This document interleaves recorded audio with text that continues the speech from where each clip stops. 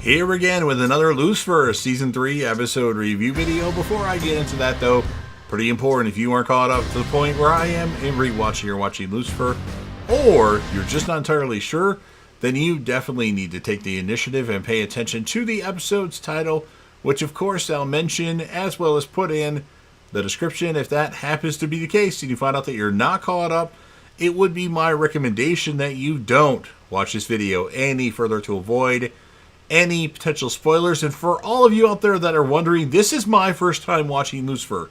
So join me and the man, the myth, the legend himself, Crazy Coffee Man, in the comment section to discuss this awesome and amazing show. Just don't spoil anything for me since I haven't seen it past this episode yet. With that in mind, this will be Lucifer Season 3, Episode 20.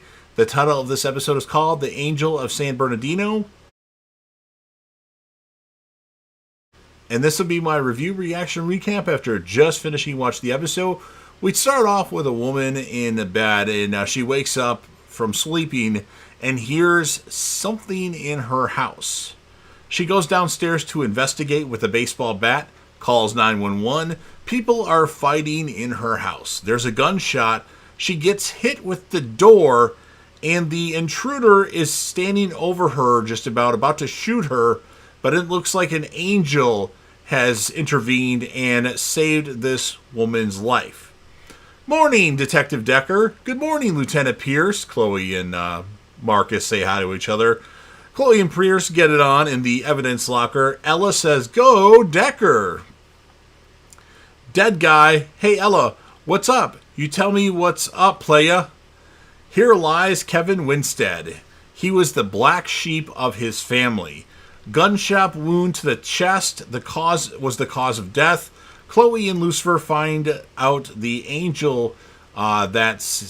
an angel has apparently saved a house guest. Amenadiel tells Lucifer that revealing the information to Charlotte Richards might be a mistake. Lucifer finds the missing figurine in his bedroom. Lucifer tells Linda this, and Lucifer says he's not the angel and he knows how to prove it. Chloe doesn't want to introduce Pierce to Trixie. Pierce says, "In case you haven't figured it out, Chloe, I like you. I like you." "Ah, good, you're here. We need to find the killer. The case is the utmost importance to Lucifer now." Lucifer and Chloe to a drug and sex rehabilitation center. Somebody's happy that Kevin's been murdered. Lucifer gets mad, but the man says he didn't kill Kevin. He says he was with hookers last night as he's a sex addict. Chloe asks Lucifer what that was all about because Lucifer got really mad at the person, and Chloe wants Lucifer simply to go home because he's tired. Lucifer wants to borrow some handcuffs. Lucifer wants to get kinky with some handcuffs. It appears if Lucifer is the angel, as he went to sleep and handcuffed himself to his bedpost, and when he got up, the handcuff was broken.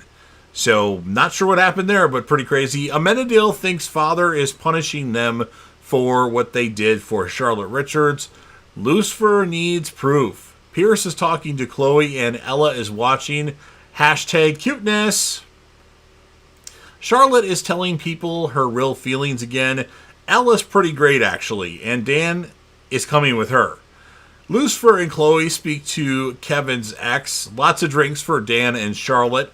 Dan's worried about showing up back to work being completely hammered, and then Dan is actually caught in the closet naked, as Charlotte Richards didn't quite arrive in there on time, but it wouldn't have mattered. They both would have been naked then. So an embarrassing moment for the douche, which they don't call him douche that much anymore, and it's really depressing because the guy is a complete douche in J-Dev's opinion. Charlotte tells Lucifer just never sleep again, and then Lucifer does lines of cocaine.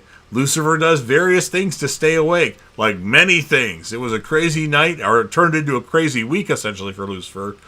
Maze talks to Chloe. Chloe tells Maze she's still upset about the Trixie stuff. Hopefully that gets resolved and Maze apologizes directly to Trixie for what she said. I'm guessing that will happen, I hope. Lucifer comes to work, hair all messed up and all. And Matt is hired to be a best man. Him and Kevin were fighting at the park because he didn't want to do any drugs. Matt is an actor. Maze breaks into Pierce's place, and then pain or no pain. And Pierce says, like, no, and then Maze says, no pain it is. Pierce has a plan of getting Chloe to fall for him and then vanishing. He doesn't care whoever he hurts as long as it allows him to die. That's all Marcus Pierce, a.k.a. Kane, wants to do, is die. I can't sleep! Detective, I can't sleep, Lucifer says. Chloe's had it up to here with Lucifer now. Lucifer tells Chloe that Pierce is Kane and the whole story behind that. Chloe says that Marcus is a good man that treats her right. We're done here. Amenadiel goes to see Charlotte Richards. He says Dan called him, and Dan is worried about her. Charlotte says worrying is a waste of time. Charlotte says she relapsed into her old ways, who she really is. I'm going to hell, Charlotte says, and I'm content with that now. Trixie is with Chloe at the station. She tells Trixie she and Marcus have been spending a lot of time together, and he's the reason that she's been so happy lately. So Trixie's okay with that. Lucifer goes to see Jeremy Bell, who is the boyfriend of the ex of Kevin. It's hard to keep track of all this drama. He says that Kevin's ex hired him to be a part of the family. Jeremy confesses to killing Kevin. Chloe arrives to Jeremy Bell's place as he confesses to Chloe that he killed Kevin. So he told Lucifer, and then he just stuck around so Chloe could get the credit for everything. And then Lucifer thinks that Pierce planted the figurine. Lucifer finds out Maze is helping, and Maze tells Lucifer it was her idea. So Maze is the one doing all these things.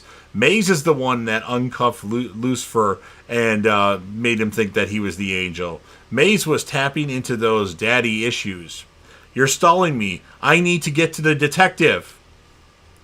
Pierce shows up at Chloe's. He wants to celebrate solving a murder, and he's also brought cake for Trixie. He says he's more of a key lime pie guy. Kind of reminds me of Camilla from Dexter. I can't remember what season of Dexter now, as she wanted the perfect piece of key lime pie before it was her time. And then she found out that she's going to be in pain but live for a while longer. So Dexter does the dubious deed of using his code in a good way and letting Camille rest in peace. But anyway, Trixie's at a birthday party. Perhaps share it tomorrow morning for breakfast. Pierce can stay the night now. Chloe tells Pierce she really likes spending time with him, and Pierce says, stop. I can't do this. You're not worth it. I have to go. Lucifer arrives at Chloe's. Trixie let him in, and Chloe's just kind of devastated. Lucifer leaves to find Pierce, and then Lucifer goes to Pierce's place, and Lucifer clocks him, and Lucifer says, why? And Pierce says he couldn't hurt her like that. So Pierce didn't go through with what he was going to do. And then you don't know what you have to do. Wait. You do what you have to do, Pierce says. And then Lucifer notices that the mark that Pierce usually has is gone. And that's what ends the episode. So that's a crazy event at the end of the episode to see that mark that he's had for eternity, perhaps, is gone. So how did he get rid of that? So that's a very interesting development. But other than that, some of the things in this episode kind of, I don't know, I guess it's just too many episodes in a season where I'm kind of like, I like the episodes, but it takes me forever to watch them because, like, I'm not really that interested in some of the stuff. And then some of the stuff is interesting. So I scored the episode an 8.4 out of 10. The characters of the episode, I went with Chloe and Lucifer.